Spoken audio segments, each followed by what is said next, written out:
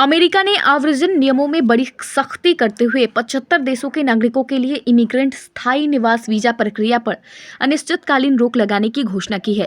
यह फैसला ट्रंप प्रशासन द्वारा लिया गया है और इसका कोई तय अंत समय नहीं है। यह कदम अमेरिकी आव्रजन नीति में एक बड़ा बदलाव दर्शाता है, जिसके वैश्विक स्तर पर व्यापक प्रभाव पड़ सकते हैं।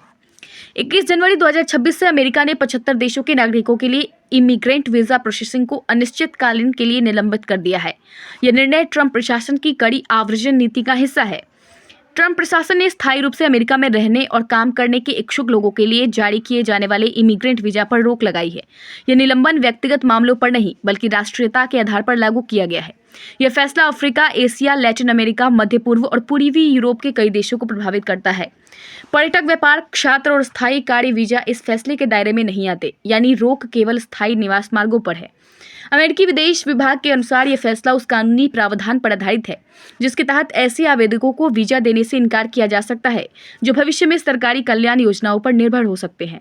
हालांकि पहली बार इस अधिकार का उपयोग राष्ट्रीयता आधारित सामूहिक प्रतिबंध के रूप में किया गया है। विदेश विभाग के प्रवक्ता टॉमी पिगॉट ने कहा कि यह कदम अमेरिका फर्स्ट नीति के तहत आव्रजन प्रणाली के दुरुपयोग को रोकने और सार्वजनिक संसाधनों की रक्षा के लिए उठाया गया है। इस निलंबन में 75 देश शामिल है, जिनमें पाकिस्तान, बांग्लादेश, अफगानिस्तान, ईरान, रूस, नाइजीरिया, ब्राजील, थाईलैंड, सोमालिया और नेपाल जैसे देश शामिल है।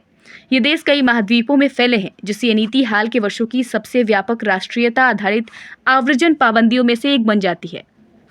इससे अमेरिका की ओर होने वाले वैश्विक प्रवासन प्रवाह पर बड़ा असर पड़ने की संभावना है।